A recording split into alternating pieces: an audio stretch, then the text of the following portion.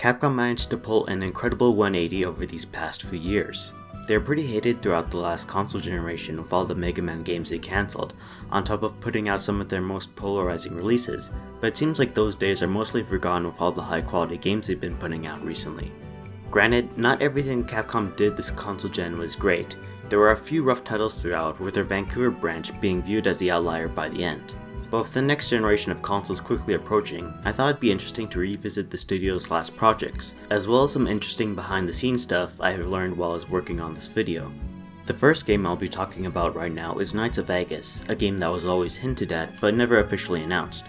The first possible hint of this game's existence was back in 2012, when the studio announced that they'd be hiring people to work on two unnamed AAA projects, one of which would be revealed to be Dead Rising 3, while the other one would be a secret until 2013, where the studio announced that they'd be hiring people to work on a brand new IP. I have heard rumors that Capcom Vancouver was originally offered the chance to work on a reboot of Dino Crisis, but then that turned into a reboot of Ghosts and Goblins in the vein of Devil May Cry 2013, and then it turned into a new IP altogether. Information on Knights of Aegis comes from a thread posted on GBA Temp, posting leaked details of 3 Capcom games supposedly in development. The game would supposedly take place in 1970s New York, with the player joining a group of knights known as the Order of Aegis, a brotherhood responsible for keeping the peace between the mortal and supernatural realms. An ancient evil soon awakens, and it's up to you to stop it. Planned features for the game would be for the player to use modern guns as well as elemental magic to fight enemies. Players could also dual-wield both magic and guns and fight against werewolves, angels, goblins, and demons. It sounds like there would have been weaknesses for certain enemies, so I guess it may have played out similar to status effects from the Borderlands series. Outside of combat, the player would have to investigate crime scenes in order to uncover a grand conspiracy, which I think were retooled into those investigation sequences in Dead Rising 4. Outside of this information and some concept art though, little else about Knights of Aegis exists. No gameplay footage, no screenshots, character bios, nothing. Around February 2018, Kotaku put out an article around the time Capcom Vancouver was downsizing that stated that a project like this was in development but was cancelled. But most interestingly enough, it never really got off the ground. Despite the studio hiring people to work on a brand new IP for many years, Knights of Aegis never seemed to go anywhere beyond the prototype stages, and was never officially greenlit.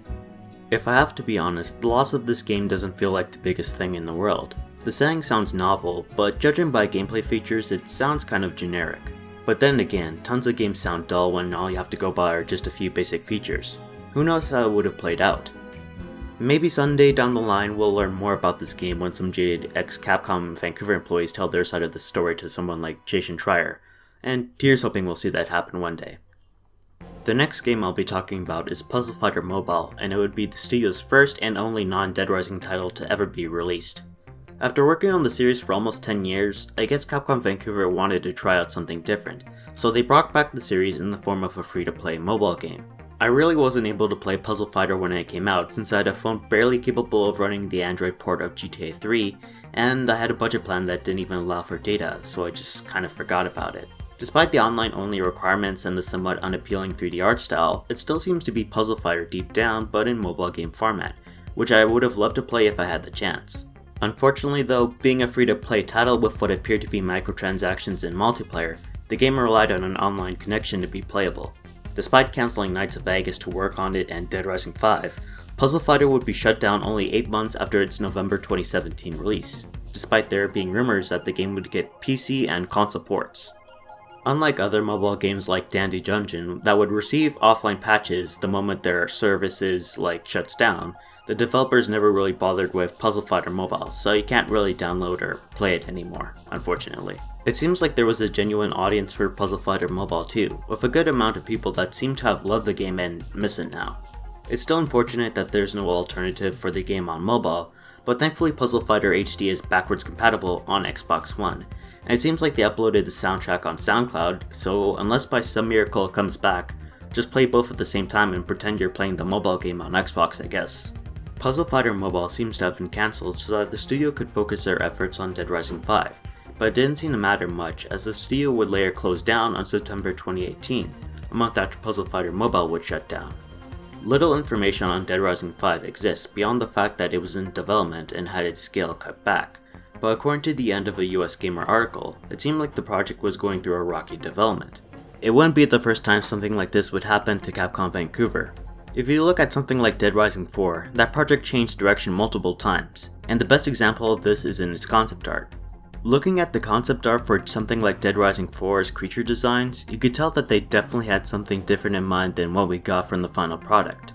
Of course, there's plenty of examples of games with concept art that doesn't accurately represent what you get in the final product, but something like Dead Rising 4 feels like a special case where you could definitely tell something changed behind the scenes.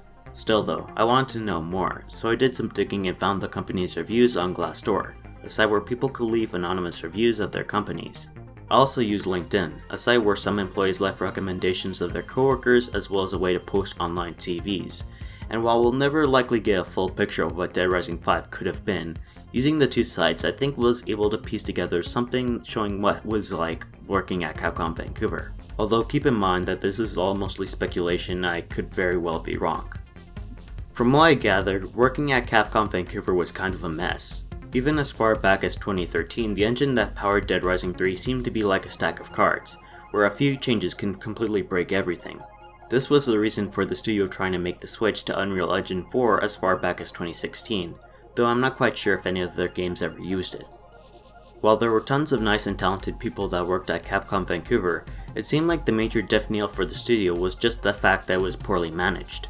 According to one former employee on LinkedIn, it seemed like there was one project that was worked on for 2 years, but was missing an art director for about 12 months. Several cases on Glassdoor claim that the leadership there was mostly incompetent, with projects undergoing multiple changes in direction constantly.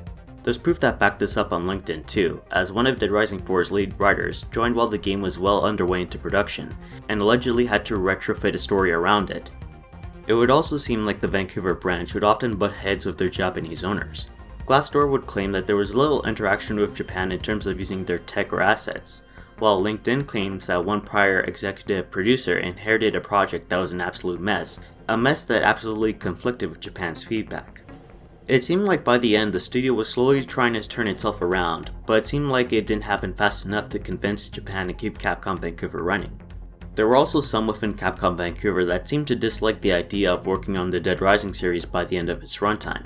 One person thought the series had a history of offensive content and thought the series was kind of a burden with features that were difficult to innovate on without getting tons of hate from fans, while for the most part a bunch of other employees were just sick on working on zombie games for almost 10 years.